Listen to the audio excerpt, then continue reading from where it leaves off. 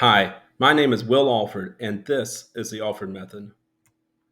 The Department of Homeland Security and Customs and Border Protection now require licensed customs brokers to obtain 36 credit hours of continuing education every 3 years. My business idea is to provide the required trainings to companies and individuals, either in person or via teleconference or through 1 hour video trainings. This is a niche market. There are approximately 16,000 active customs brokers operating in the United States today, including myself. Now, this is a unique opportunity for three reasons. One, this is a new requirement, so the market is not flooded with companies offering these services. Two, new requirements mean confusion. It's a prime time to solve people's problems before they become a problem. And three, time. This goes into effect technically in 2024, but will not be officially required in the full capacity until 2027, which allows me the time to properly set up the company, get customers, understand needs, and be up and running by the time they go into effect. While going through this exercise, while doing this class with these projects, I have found myself a unique opportunity that presented itself along the way. And this is actually my pivot idea. So, Customs and Border Protection is requiring licensed customs brokers to undergo continuing education training to keep their licenses active. Now, this is a big deal for customs brokers because in order to get your license, you have to take a very difficult test as an extremely low pass rate. We're talking about single digits, maybe low teens is the highest I've seen it. So that is a big time motivator, a big migraine, if you will, for my customers that they don't want to have to go through. So this continuing education is a requirement that these 16,000 active brokers will continue to use or will go through.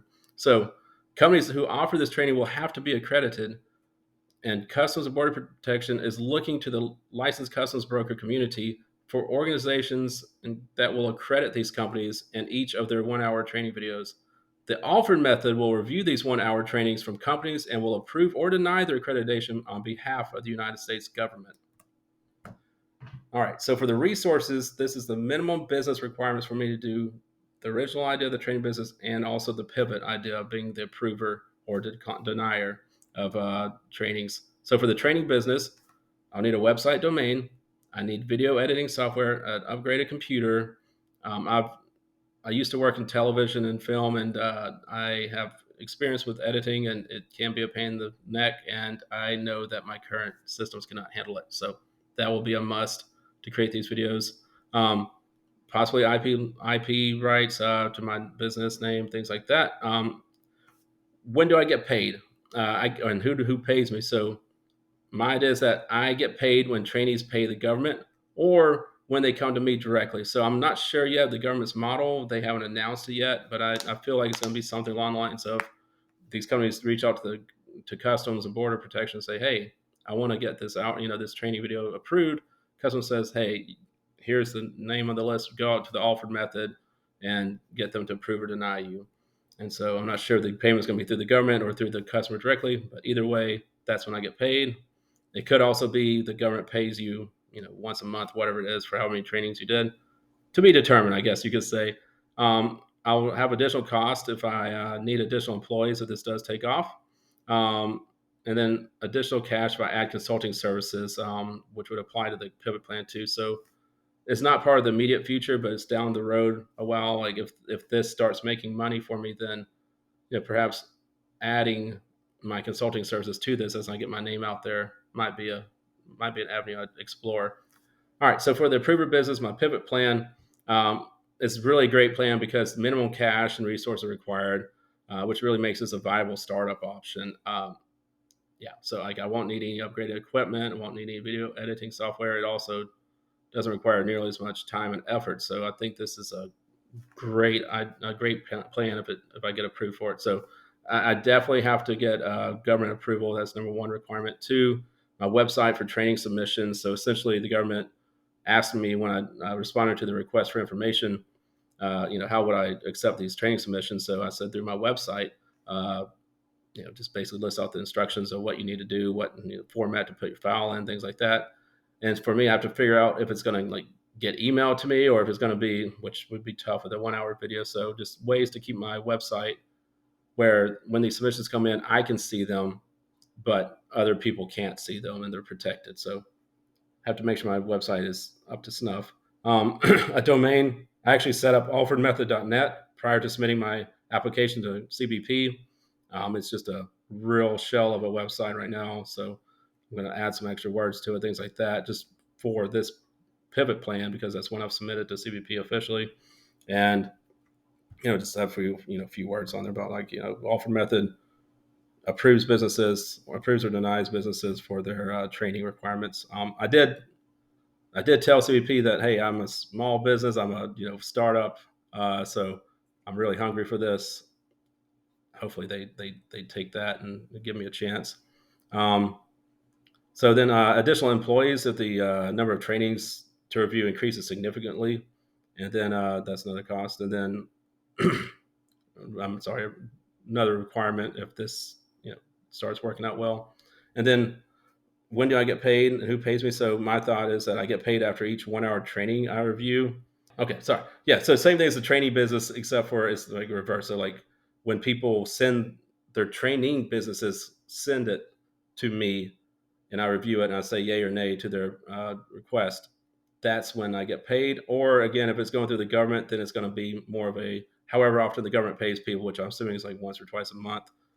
Uh, I think it's once a month, but whenever that comes through, that's when it's like, hey, will the Alford method review 10 trainings and we owe them 10 times whatever the cost is for each one. I don't pay anybody except for a yearly domain fee, which I believe for alfordmethod.net it was $12 a year. So there's that, and maybe some other costs I might have for website maintenance. But yeah, very minimal costs. I'm really excited about the pivot plan. All right, access and finances. So access resources and then also finances. What is needed and when? So for my training business, the expense model and metrics are based mostly on time and effort.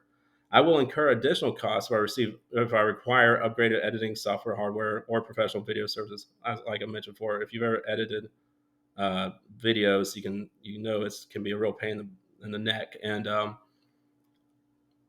want to make sure that it's good. So I don't think it has to be extravagant, but I definitely want it to be a professional level. All the information's there, so perhaps getting a third party involved for professional video services. Maybe Grant can help me out with that. We'll see. All right, so then access to resources. These are rarely available to me at my home, so I don't have to worry about getting an office building or doing anything crazy. So I think that's really great. Don't have to. I am kind of right now planning on just focusing on the video 1 hour video trainings rather than print publications with this. So I think that definitely saves me time and cost with having to create written material. So that's great. And then finance and operations timeline. I'll need these resources, I estimate, by Q2 2024 if I'm approved or if I'm trying to get approval. My timeline is to start developing 1 hour video trainings as soon as I get word from the government what's needed and to start getting these things approved. And my thought is maybe make a couple of different versions of trainings. So one training I put a lot of effort and try to make it look really nice, and another training I make it really good and crisp, but I don't put as much effort into it to see which one will be approved. And if it could be less effort but still quality, then that would save me a lot of time down the road as I continue creating these trainings. I can create a lot more and just churn and burn, I guess. All right, for the pivot plan, the prover business, my expense model and metrics are almost exclusively time and effort based on this time and effort. I will incur additional costs if I have to hire additional employees to keep up with the demand, which would be a great problem to have. I imagine if that happens, it'd be one employee for a while, and then we'll see how many more keep coming through. But if there are a lot of companies that end up jumping on this bandwagon after a while, then there could be a ton of trainings to review, and perhaps the government would want to keep using the people they started out using. So I think it is a possibility in the future to need one or more employees. Access to resources readily available at home. Finance and operations timeline. I need to update my website to ensure it's running as soon as I'm approved by the government. So if the government says, "Hey, Alford Method, you're in," I need to get that website running. I need to test it. Need to make sure that I can upload 1 hour videos to it, that it goes to where it's supposed to go, that people on the outside can't get to that, and that I can do what I need to do. I'll also need to review people's companies, employees who are working on this training, review their resumes and see if that they actually do have the expertise that are required, which might be the first thing I do, honestly, before I even review the video to see if it's just somebody who doesn't know what they're doing. But that shouldn't take too long. Um, yeah, so I'm assuming that for the proving business, the pivot plan, that I'll need to be ready sooner than if it's the original business I did, the training business, just because the government's going to need to have people approve these trainings before they start getting submitted. So I pushed my timeline out for that one to Q1 2024 to have everything ready to go. So we'll see. Yet there's no real data from the government, no real guidelines, but again, earlier start date most likely for the pivot business. So yeah, that's great. Yeah, so I know one of the questions that was on our for module 6 was did anything change about your value proposition, customers, users, channels, demand creation, revenue model, and or partners? And yeah, I think for me, a lot of it stayed the same. I did remove a few things just because I thought they're not my primary focus right now. My primary focus for the training plan is to be 1 hour to create 1 hour videos to have the government you know publish my name, have be on the good side of the government there. There'll be a great key partner for that training plan. And also, yeah, that's about it. Because I'm trying to find out what the government's going to do with it. If it's going to be like, hey, this training was submitted to us, use it, or if it's going to be more like, hey, you're approved, so now go market your thing and get it done. So definitely, that's still going to be a key part to it. And uh, having my same customer segments will be there. But essentially, I did scratch off the publishers because I don't need written materials right now. Um, yeah. So, and IT providers, I don't really think I need that right now for my trainings. We'll see though. I might be reaching back out to them sooner than later. And sorry, I've been sick, so need some water. All right. So anything you see on this that's in green is new. Anything that's in blue is for the pivot plan. Everything else is for the original training plan.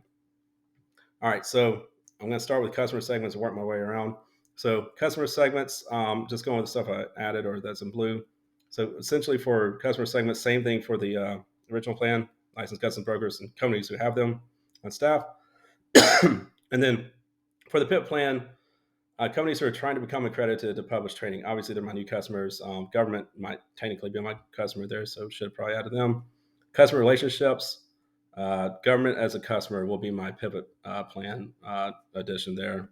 Channels, government referrals. Again, I think that is probably going to be something along the lines of company wants to get their trainings approved. They go to the government, government sends them to me. So basically, government referrals. Value proposition. So everything's the same except for I added 1 hour video trainings to the training plan because that seems like the format that's going to be what's necessary. And then also for the pivot plan, review and approve these 1 hour trainings on behalf of the government. So I would not work for the government, but I would work on their behalf. Key activities, definitely gain more trust or business with the government. Hopefully, can just really knock it out of the park from the very get go, and then get more and more business from them. Key partners, again, will be the government if I pivot, then also companies that provide training to similar customer base because the training companies are going to be my customers also. So, you know, definitely, definitely need those as a partner. And then for the cost structure, everything's the same except for the training plan. I removed distribution, travel, and building costs. Won't need those, at least not now. And then for the pivot, website, brand, and government outreach. Essentially whatever it costs me to use my time for those three things.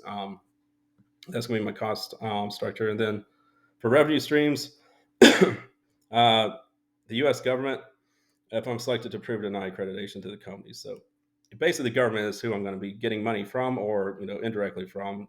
So they're definitely very important here. And I thank you all for listening. I have enjoyed this class thus far. I'm looking forward to reviewing everyone's videos this weekend, and can't wait to see the final products next week. And everyone's done a great job. So thank you so much, and thank you for everyone for your advice thus far and lots of great things you've told me. So anyway, yeah, have a great weekend. Talk to you soon.